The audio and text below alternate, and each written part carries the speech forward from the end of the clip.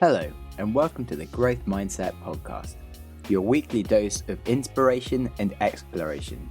Join me, your host, Sam Harris, as I discover how mindset can help you do incredible things through my conversations with the world's most interesting people, from tech billionaires to leading scientists, best-selling authors to notorious hackers. The goal is to increase our collective wisdom and attitudes to make us all happier and healthier, wiser and wealthier. Who doesn't want that?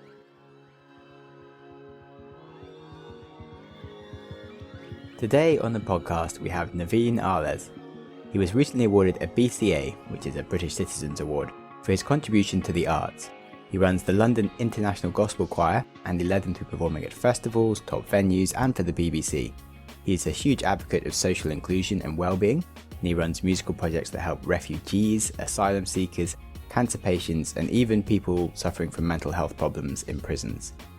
He lives a crazy on-the-go life, always doing a million things, and as I am a member of his choir, I found him just a really huge inspiration, so it was a delight to get time to just sit down with him for an hour and find out more about all the amazing things that he's doing and has done. So yeah, I think he's just a super fascinating guy, and you'll really enjoy the deep conversation we have about life and lessons we have in the arts. So enjoy. I'm currently eating my breakfast. My breakfast is a BLT and a bottle of Ribena because I'm classy, which means that January the 15th or whatever it was the application deadline for the primary school places that you want. The problem is, it's a proximity game, isn't it? Yeah. So they look at the postcode that you live in right now, and what we've done is, my wife is the head teacher of a school in Shoreditch. Oh, cool. But in her federation of schools, there's a primary school, there's one. And it's over by her school, it's nearby. She's a secondary, but they've got a primary. And Mina and Holly went to visit it, and they loved it. And Holly was very impressed with the acumen of the children who'd already been there just for 1 year. So we were like, all right, that's where we're going to go. But we live in E7 and we've applied for school in N2 or whatever it is. Yeah. So they're going to say no. What's then happened is we now have another 8 weeks for me to replace the back door, get the roof front and back relaid so that there's no damp-proof problem, replaster, repaint, pack up, downsize, sell, hand off, do whatever we need to, and then Move house. Change our mortgage, get an estate agent, and rent our place out in the next 8 weeks. So we've decided that she'll find the new place. I just have to get us out of our place. Yeah. Good division of task, Well, yeah, I guess. because I'm self-employed, I can come and do this. Yay! So yeah, I've just got a million things to do. Yeah, last night I was at an event with Jo Malone. It's a woman that actually, Jo Malone is her name. Sold the business, so she can't actually use that anymore, but she's CBE now, so she's officially have to refer to her as Jo Malone CBE, otherwise you're trademarking her business that isn't her business anymore. She is massively campaigning for teaching entrepreneurship in schools and skills like critical thinking. Is that like a debate you have a lot, having a head teacher in the house and trying to teach kids more life skills? No, we debate academia very little and the approach to teaching and psychology very little, because by the time Holly gets home from a 12-hour day, she doesn't want to talk about it. And by the time she gets home, I'm generally on my way out. It's a sad thing, but this is what happens when you are a young couple nowadays without familial support, having a child and both trying to run careers. So having time for superfluous debates on the potential of this and that in life, although it would be obviously fascinating for both of us, and right now we need to be having a couple more of these debates, thinking about what we're going to do with Mina over the next, because she's 4 going to be 5, and that first 0 to 5 is so important. Now the 5 to 12 batch, we haven't had the time for the debates, but we really need to. I'm pretty sure that whilst Holly's liberal in her mind, her understanding of techniques and approaches that have definitely worked and showed themselves to have worked, because her teaching track record is phenomenal. An understanding of the fact that young children who have not been given framework and discipline turn into people who just don't know how to behave and can't fit into a space. Therefore, engendering youth with really controlled, tight framework enables them to understand their space better in order to free themselves up. Now, she will argue that line, and she will argue the proof of it. And I can't really argue with the Cambridge mindset capacity and the fact that the national average in the UK is that a child will advance 1 set. In a year, 3 subsets. That's accepted practice. That's what you need to do. Holly's track record is generally taking children through 3 sets. 9 subsets in 1 year. So she started her teaching career, and now she's a head teacher in Shoreditch, teaching gangland children in both. Wow. So when she gets home, I let her have her quiet time. Cool. How old are you guys? Because, I'm 40 and she's 38. wow, you do not look 40. I know.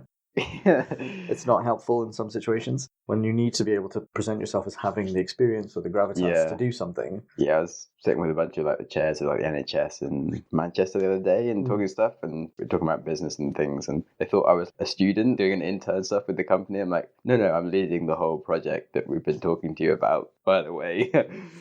It's just interesting because I think there was a study in some of the reading we did as we were getting ready for MENA. There was a study that was done, I think it was in Denmark, and it looked at a ridiculous number of families. I feel like my memory says 10,000, but that seems crazy. But for a long period of time, they're now coming out with results as to say that children who were born later, parents who had kids much later, were obviously then a little bit more settled in themselves, balanced in themselves, aware and ready and prepared, and had thought through some of the things. And so the children grew up to be quite well balanced, well adjusted, and all those things. So this is what we tell ourselves.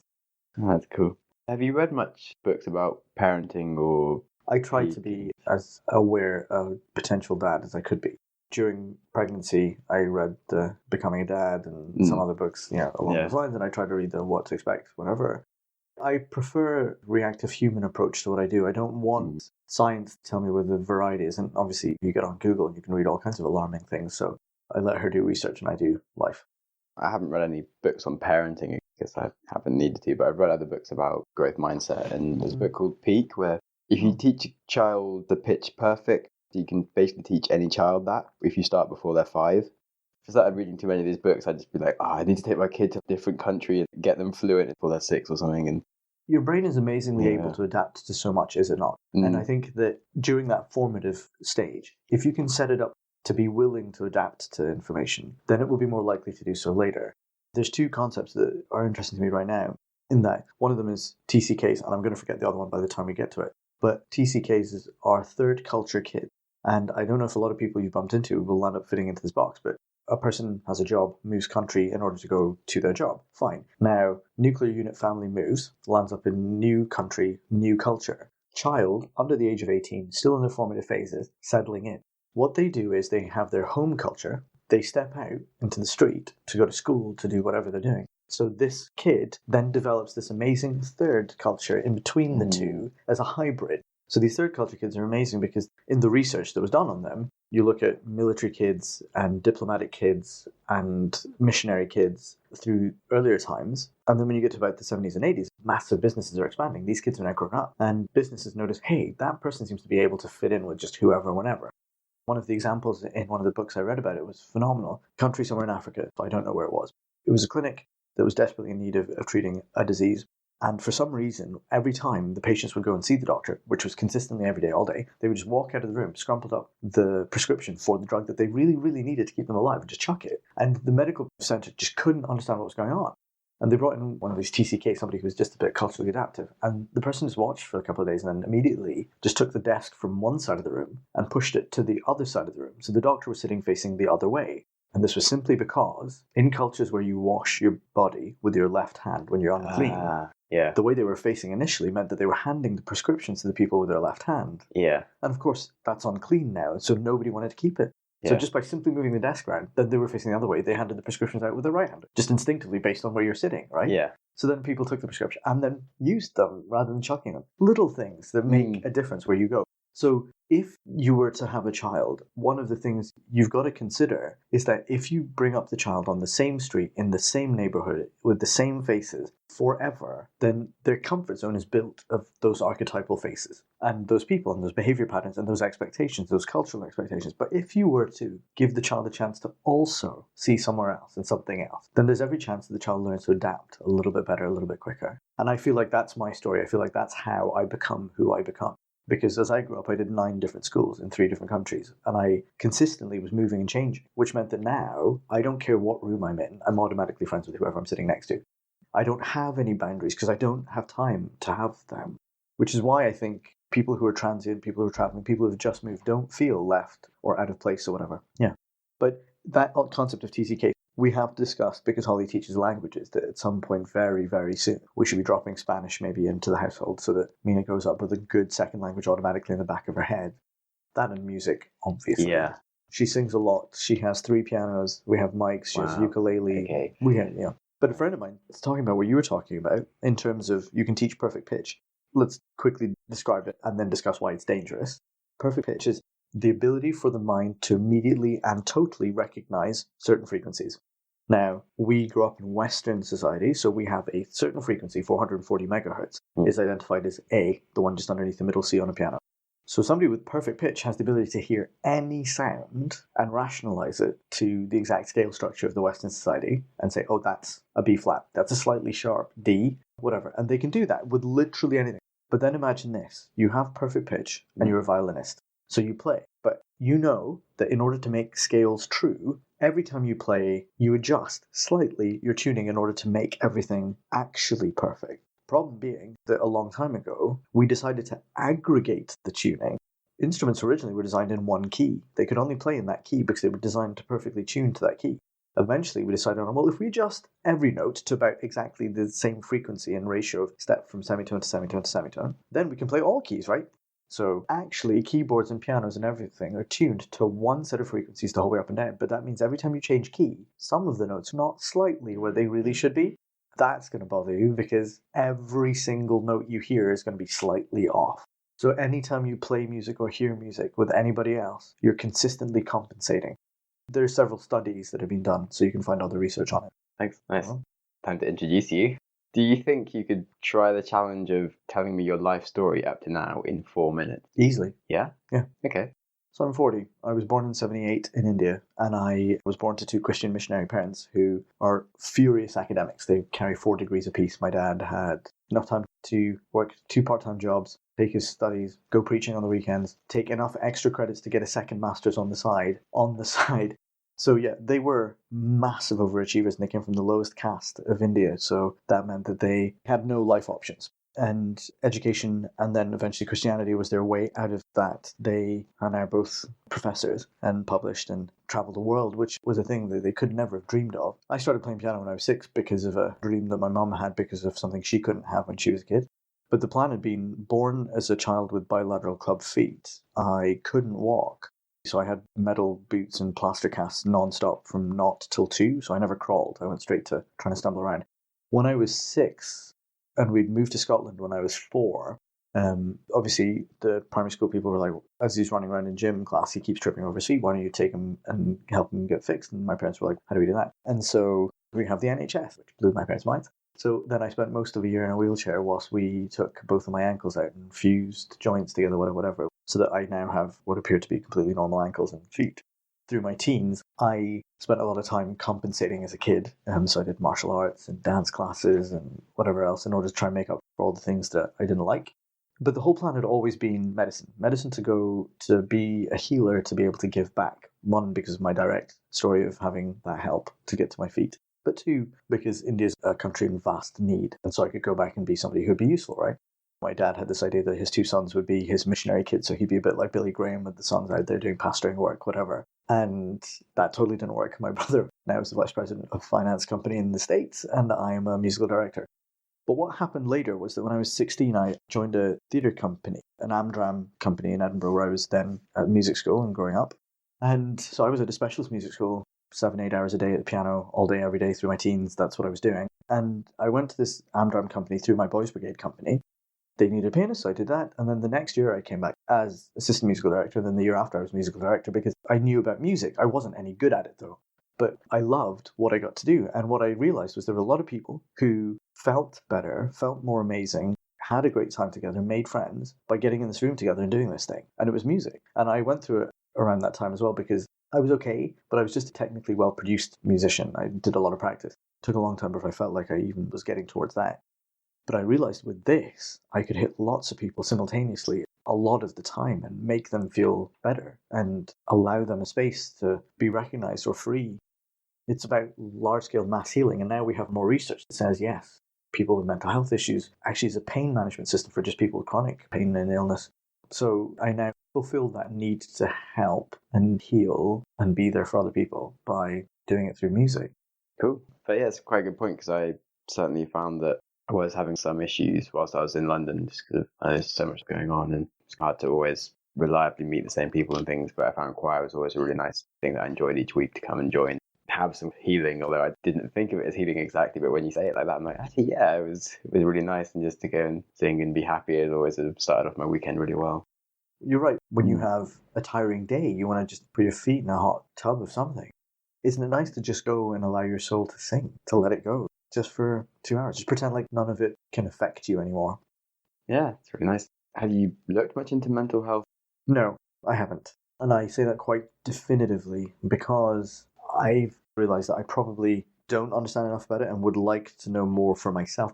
And I would love to wonder about the little things that I do or behave like that bother me. But I think that they're really powerful conditions that some people live through and are amazing at coping with. And those things don't need to be the detail of my understanding entirely unless I decide to become a practitioner in therapeutic means for those things.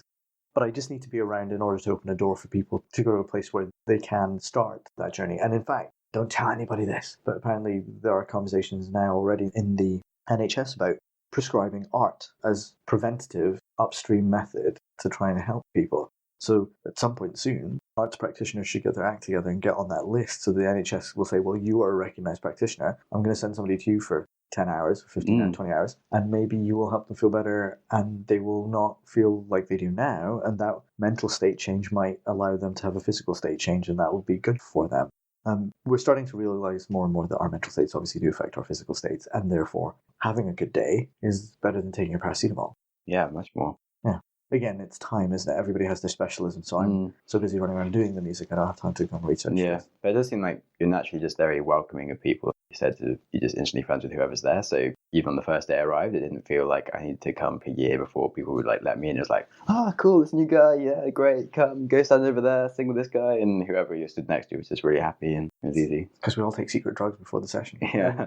I mean, happiness is an amazing thing, isn't it? And it so naturally spreads. So happy people tend to like being around happy people. That doesn't need to be enough. Just humans like being around humans. And it's nice when they're all in a good, fun mood. So when you know you went someplace and it was a lot of fun one time, you're going to go back because it's a lot of fun again. And then you know that that's a safe place. And so anybody else walking into this ball of joy, it's a nice thing. And yeah, music as a vehicle can then also help us hone skills, learn practice habits, adapt information that we already had in our heads because everybody's a musician. Cool. From your experience of a life of music and art, what would you say is your biggest tip for a successful career in the arts? You have to really want it. I saw that a question that people like asking is, what advice would you have for somebody who's starting a business or changing career? I think you have to really, really want it, because everything will come up against that and everything will test you. Specifically in the arts, you don't just become the artist. You have to, at some point, either become a self-managing business and therefore get into the habit of being aware of the administration that takes, or go and get on an agency, let them do the job for you.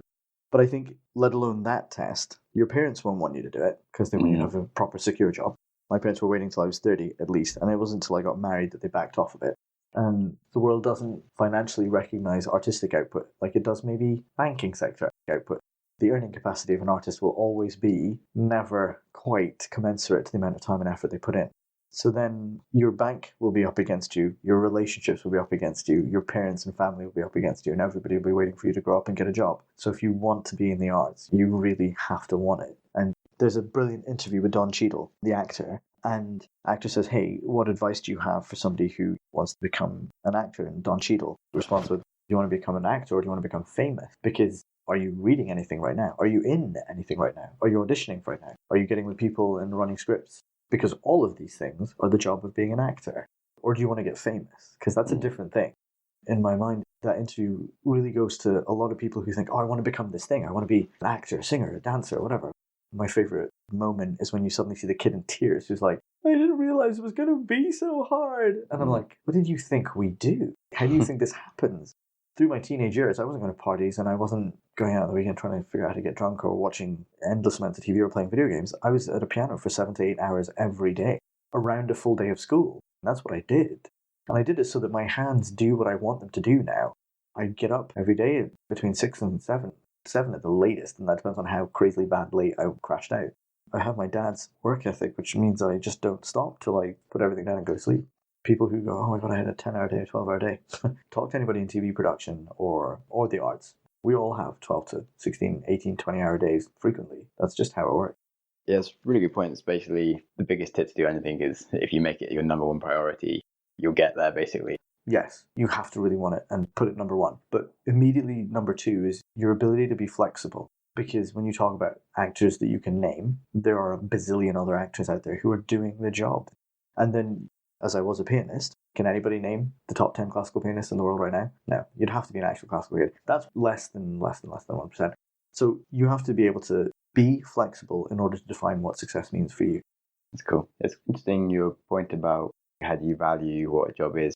As being an actor, you won't get as much money compared to being a banker. And just walking past people on the street when they're playing music, and sometimes you walk past the most amazing person, and you're like, well, I haven't paid any money, and I'm just literally walking past, and I guess I could wait for 60 seconds and take in some amazing music. Or at a different time in the day, I'll pay 50 quid to go and see some other guy who's famous. He's probably actually not that much more gifted, and it's just really weird the way humans value some things and don't value other things.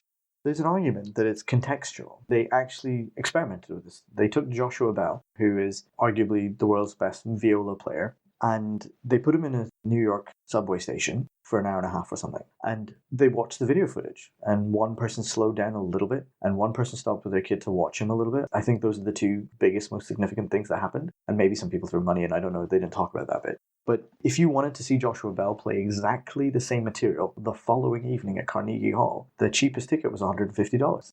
So you're exactly right. And you walk past this musician on the street, could it not be the most significant musician in your life? But you were too busy. Yeah. But it's not about you being too busy. I think it's the fact that, for instance, there's a really strange thing where the person who taught you music in school, right now, as we look at our education system changing and changing and changing, do they have as much recognition as the person who's teaching you math in school? And is math, the way that you're taught it nowadays in school, the thing that you're going to have to rely on in your future job? Or is music the thing? Yeah, creative skills can be more useful than math skills if you're not doing maths. They've done the CAT scans, they've done the research now. Your brain is the most entirely active for the longest period is when you're doing music. Yeah, some really good points. Then what is the biggest mistake you see people make? When they get into the arts? Yeah. I mean, there are a million mistakes you make in life every day. Enjoy them. Do them because we learn from all of them, but some of them are just fun. But if you are so rigorous with your plan that there are no options, then it's going to hurt when the audition doesn't come through. It's going to hurt when the gig doesn't pay off, when the label drops you. All of these things. And it doesn't matter how big an artist you are. You keep growing, you keep selling. But somebody else raised a really interesting point. A banker comes back on a Monday morning and the bank doesn't recheck that they know how to bank still. Whereas every time an actor finishes a job, or a singer, or a musician, we have to audition for the next one. Every single time. It's funny, isn't it? Because you'll have Oscar award-winning somebody reading for a role. They still read for their roles. Admittedly, it's mostly a given at that point of the game. You're only going to go and get Denzel Washington because you really want Denzel Washington in that role. You're praying he'll say yes. But the kid who wants to become Denzel Washington still has to read for every single role. Yeah. And I think the other bit is, especially in our field, there are so many potential charlatans. Hey, I'm a writer. Hey, I'm an actor. Whatever. You have to remember that every time you meet somebody, like we talked about before once, the opportunity is that that person's going to lead you to an amazing conversation. What if that person's going to lead you to an amazing next project? You have to be open-minded to everybody you meet. You can't afford to, just because you don't know that person, shut them out. Yeah. But then leading on to the next subject of having control of what you're doing and maybe saying no to things, like how do you handle being a creative genius versus being structured and arriving on time for things? So 2019 is going to be my year of no, because I am awful at it. In terms of being a creative genius, that's very kind of you. No, I'm just really, really lucky and fortunate in all the situations I've been allowed to get involved in. But I am absolutely my own worst enemy in terms of my inability to understand the consequence of saying yes to everything is that now I have to do all of those things. I have to say no a lot more this year. And I guess that another part of the fun of it is that other cultures have different approaches to delivering and promising. There are cultures that just don't enjoy saying no to you. So they'll not say no, they'll say yes, even if they absolutely know that's not going to happen.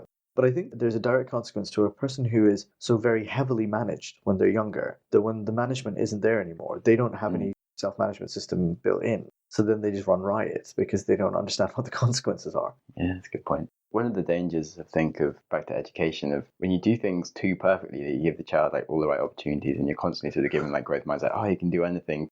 And then they don't have real life. As in, going to university lectures now at my school, and they can't just ask people to put their hands up to ask a question because some people are too scared to ask questions. So they have to write in a form to ask questions at the end of the lecture because if it's unfair on some people that are scared. And you're like, well, cool, maybe a few more people ask questions during lectures, but what about when they go and get a job and they can't actually put their hand up at a meeting to say that there's a problem? That's not preparing them for life. No. I'm watching Mina, and she's 4, and I'm quite happy for her to fall off something. And it's not that I'm an uncaring parent, but she has to understand what her balance limitations are. I'm freaking out in my mind because I know the tears that are going to come afterwards, but I have to let her do it so that she gets what it feels like. The thing is, if you have a parental alarm clock, a parental taxi system, a parental homework driving management system, parental ensuring you've done all of these extra millions of things, a parental ensuring you didn't watch TV, not by your choice, but because they said you couldn't. The second they then remove themselves from the picture, you just go crazy because nobody's watching you anymore. And I was very matched as a child. That's what Indian parents expect. And the other part of Indian parenting as well, if it doesn't do what you said, beat it till it does. So that part of various cultural approaches, there's the comedian Russell Peters from Canada. He's Indian descent. And the first sketch that I ever came across him was white people, please beat your kids. The whole premise of the sketch is kids in the playground nowadays are going to come into contact with so many other cultural kids in the playground whose parental disciplining methods are going to be way different. So, you're going to go around the room and you're going to have all the Chinese kids and the Asian kids, as he puts it. So, yeah, I'm just paraphrasing. Then the Africans and the Jamaican kids and whatever. And they all got a good beating last night. And you get around to the white kid, he's like, I got sent to my room. And Russell Peters' immediate reaction is, you have a room?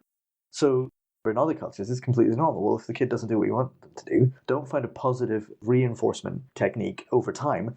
So if you have such tight regimen over them, when do they learn that they need to drive that system? When does your mind understand that it sets its own parameters, it sets its timeline, it sets its motivational goals, it sets its reason to go and do the next thing? And it's a funny thing, for all of Holly's capabilities and her phenomenal speed at processing all kinds of information, she looks at what I do in a day and can't. She said it several times. I could not do that. I loved it. And there's a bell every 45 minutes. It tells me what I'm going to do next. It tells me when I'm stopping this and I'm going to the next thing. And she loves that. Okay, so how did a setback or failure set you up for later success? So in my teens, I was reading a lot, doing all the martial arts and the dancing and the having as many conversations with as many people as possible right through my 20s so that you can have an informed conversation with anybody on most topics. Some people's just birth situation demands that they want to fight that and become better or different from whatever that was. My own things, I guess, are just that I was the kid that didn't become the doctor for a long time. So I was the golden child at school and then didn't become the doctor. It was a failure in that way, but I found that motivation hadn't gone away. The want to be the person that cared for the world around them didn't go away. What it did was it changed itself and adapted. And I drove myself towards this. There were moments where telling the truth cost a lot. So I lost a scholarship to the music school thanks to the situation that happened at the school. And of course, my parents had always told me to tell the truth. So I did, and 3 other people didn't. And so they continued with their scholarships and I didn't continue with mine. So that life lesson was a phenomenally interesting moment. And weirdly, what it did was it made me understand that integrity is really expensive, but worth it. Yes, people break the rules in a way that you think is wrong, but then get away with it. And you're like, well, this isn't right. This is breaking all my rules about life of how things should work. Okay, moving on to, you spoke about X Factor, but you obviously weren't ever on X Factor, but you did the choir. So there was a TV competition called Pitch Battle, which had a lot of potential. I will say this on record. I think that the show was badly handled. I think the premise on which the judging was done didn't work. And obviously it was all TV, right? So they have a plan. But still, I think they could have done better. What they did, they had a phenomenal asset at that show. They brought over the American arranger and choir genius behind Pitch Battle movies and behind an American TV show called The Sing-Off, which is where the Pentatonics came out of. So that guy, Deke Sharon, is just fantastic. The big show openers for all of that competition, but also for all of the sing-off and the arrangements that are in Pitch Perfect, the movies. He's the guy behind all of them. And they should have used him as an asset in the show to be one of the judges, be one of the standing coaches. They shelved him to the side a little bit, which was a phenomenal waste. Anyway, it was a lot of fun to do as an experience, but didn't entirely musically grow anybody. The choir sent 24 people to the competition, and those 24 people did 160 hours of extra rehearsal on top of sectionals and private practice, on top of full-time jobs within 5 to 6 weeks. It was crazy. It was a huge endeavor, and What I didn't do very well was manage burnout. So in terms of being the leader of a team, what I didn't see coming was the fallout of what happens when our definition of success didn't happen. I tried to hold on to the fact for everybody that success was doing what we did, doing something together of concerted effort to excel ourselves as much as we could. So it served a purpose, I hope, for everybody in the group, because they would have realized how much more powerful they could have been musically. But at that point, the direct definition of success was make it to the next stage of the show, make it to the next stage, then make it to the end, and then win. Unfortunately, is the way that these things are set up. And in the process, I think the people who do those things, specifically all those shows, I really hope that they all take on board that one of the best things they could do is how they develop the people who are in the show during the time they have them, giving them the opportunity to really see where they were at, see where they've grown to, and enjoy that, and then encourage to continue that after they get out of the show.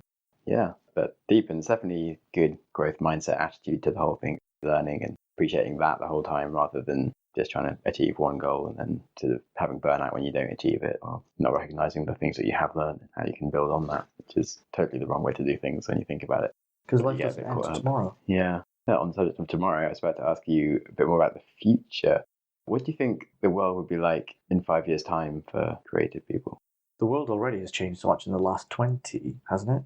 So creatives have so many more avenues now to reach such vastly diverse audiences. So in 5 years' time, I almost have no way of predicting what other new features we're going to have. But I think for me, in terms of the musical process, it's an interesting question. And you tie it back to the question we've just discussed in terms of TV show and TV fame. Moving forward, the actual art of creating music doesn't become different. It still requires life experience, and it still requires something passionate that you want to talk about. So those things won't change, I don't think. I think it just becomes the avenues through which we can then deliver our music or our creations to people. If anything, there could be more of a maneuver towards better arts teachers and facilitators, developing better artists out there. Cool. Then on being more creative and getting into more things, how do you start a choir? Like magic, okay, I own a choir now and it's great. Everyone loves coming to my choir. The magic of getting there. I think that's the thing. You work for other people. That's the point. So you enjoy music and you want more people to do music. So you land up somehow in a situation where you're trying to facilitate more people getting to do music. So you work in Company X. In Company X, morale is low, or maybe morale's really quite good. And so you're having a lot of fun. So you're like, how else can we have some fun together? And then you all go on a karaoke night together and you're like, oh, this is how we can do it. So you go back and you're like, oh, we'll set up a choir. Okay. So then you book a meeting room on a lunchtime and you tell everybody by email and you go sit in the room, you've chosen some songs, we can play along, I can play guitar a bit, this will go fine. And then 3 people turn up of the 9 people that said they would come, so your heart breaks a little bit because everybody didn't come to your choir. You go through that pain a little bit, and the next week, one of them doesn't come back. Why? Why didn't they come back? What did I do wrong? You go through all of these things, and then eventually you have fun with those 2 people, those 2 people tell some other people, those other people come up. Bit by bit, it turns into a thing, and then the office is like, oh yeah, we have a choir. That's how that goes. There are 2 standard routes into main choiring. You're either a pianist or organist who then becomes assistant musical director, who then becomes musical director. So having spent years and years watching people do it, you pick up things and become that person. The other one is somebody who's a very good singer. They have a bit of an ear, so they arrange, let's call it that, things together. So they're quite good for that. And then people enjoy doing them, so they land up running choirs too. And it's a fascinating thing that in the UK, apparently the research now says that 30,000 people more per week go and sing in a choir than play amateur level football, which means that the UK's national pastime sport is choiring. It's not football. So just getting together and being part of a community is such an old thing. We used to do it. And we've lost that. And we don't even sit together for meals anymore. I run, for instance, a choir for people who suffer from a very specific form of cancer. And they don't get to meet each other very much because it's a rare form. So it's a way for them to be free, laugh and sing and have some enjoyment, to be free of that for a moment in their minds. Cool. That's really interesting. And didn't know you were doing a choir for cancer patients. It's that opportunistic things come, and you could say yes or you could say no. And I said yes. Luckily, they asked me in 2018, right? Right. So final sort of more wrap-up questions. Do you have any favourite books that you'd really recommend? My favourite book of all time was Dune by Frank Herbert. It's very deep and meaningful. I enjoyed the social hierarchy. I enjoyed the concept that the human mind could be way more powerful if we let it, if we allowed it to be free. Which, interestingly, if you watch the Amazon Prime show now, Altered Carbon, the lead character, is literally exactly a conceptual build of that character type that Frank Herbert created in Dune. They're called envoys in this new Amazon show. Anyway, Frank Herbert's definitely that sci-fi book, and the 6 sequels that come after it. Enjoy, if you're a sci-fi buff. But I think This Is Your Brain on Music by Daniel Levitin is definitely a get and read. I've bought 8 copies of this book and never finished it because I keep gifting it because it's so good. But in the first 50 to 75 pages, I learned stuff about music that I didn't know after 25 years of doing it, which is ridiculous. But Daniel Levitin, he was an amazing record producer. A lot of my stories come from some of his pages of his book because they're great. So that's definitely one of my go read this. Cool. Okay. What is the kindest thing anyone has ever done for you? My mum had me. My wife married me. I've had so many people be so inordinately kind.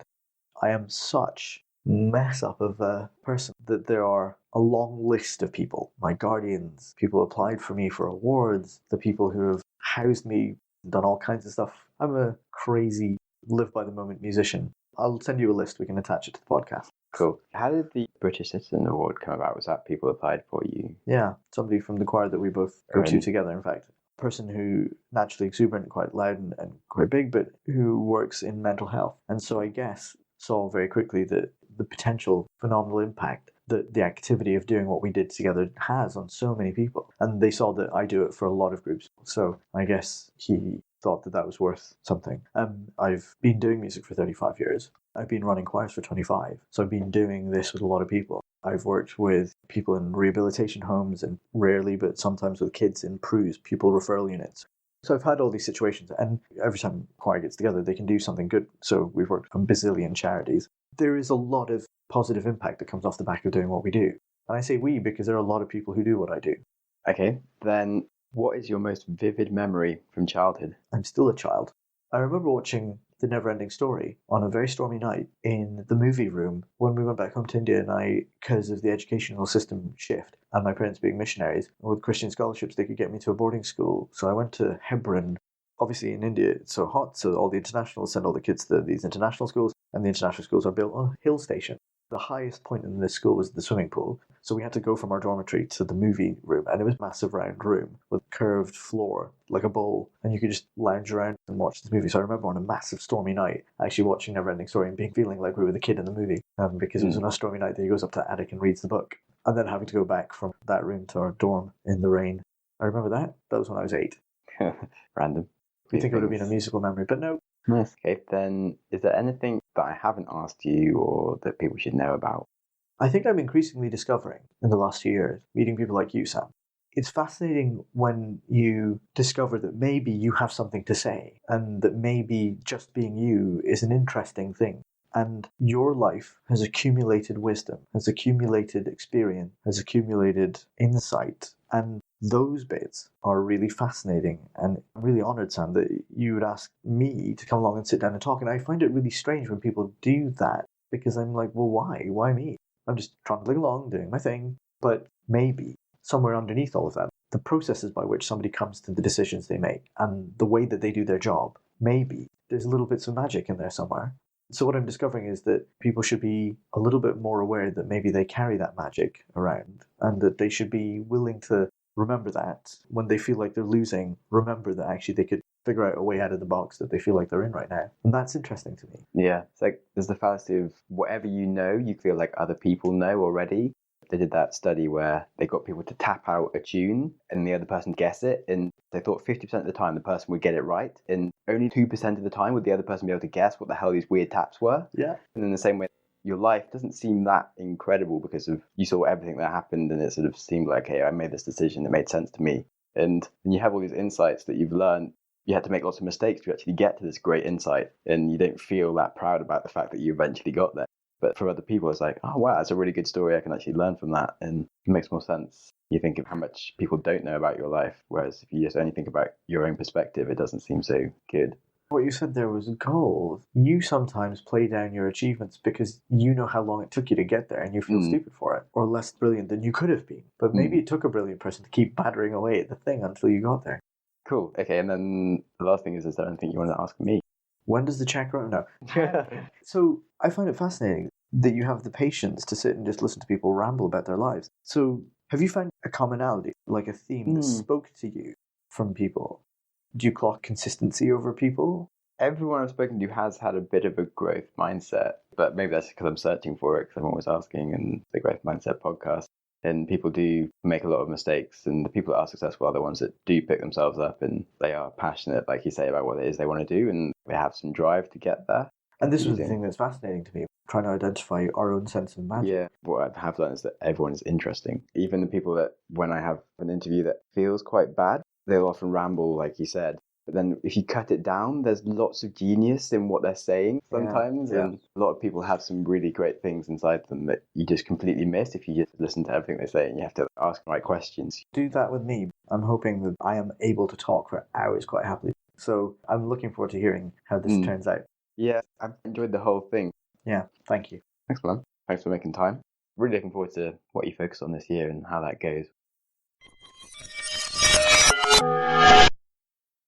So that was Nav. What a legend. As always, I like to break down my top tips from the episode, and let's get into it. Number 1.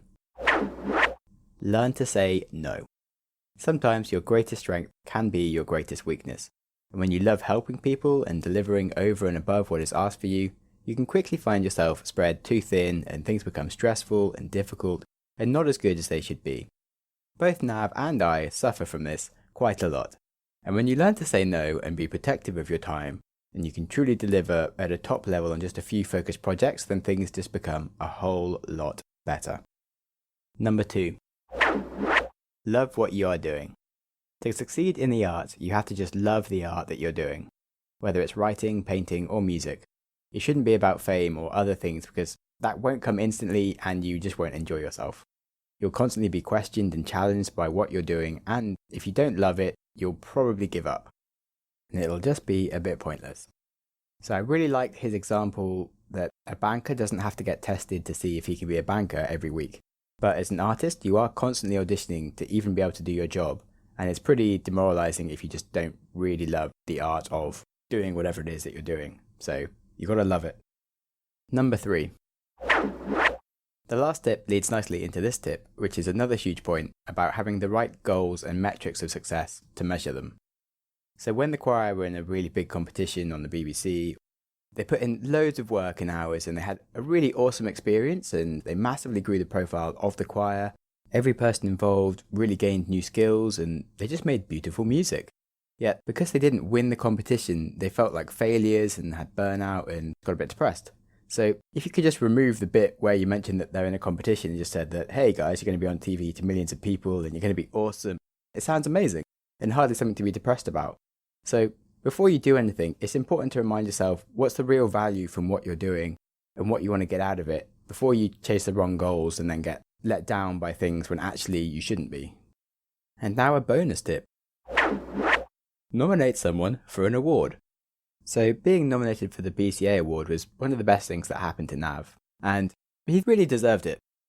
So similarly with a previous guest I had, Lisa Forte, who was nominated for the top 100 women in tech, it's just great when someone who really deserves the recognition gets it. So I'm pretty sure we all must know someone in our community that deserves more recognition. Just nominate them, whether it's for a BCA award or top person in tech or any other thing.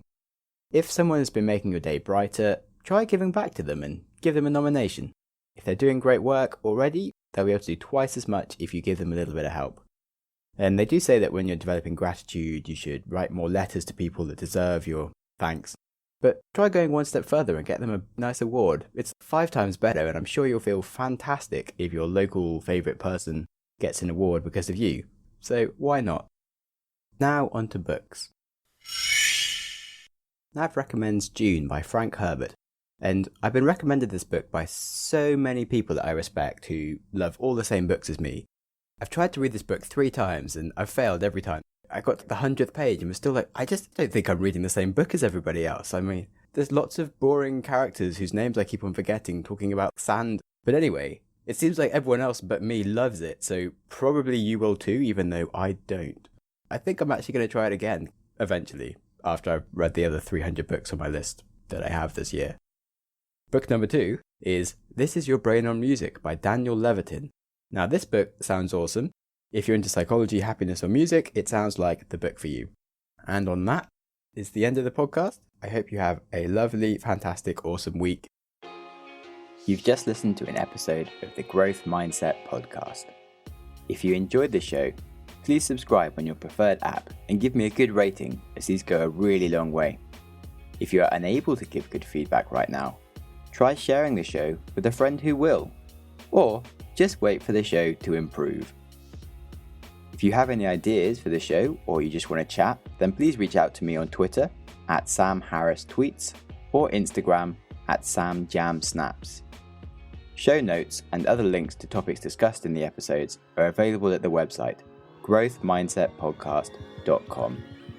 Thanks so much for listening. Give yourself a big hug from me. If you're with a friend, give them a hug as well. And I hope you enjoy your next podcast.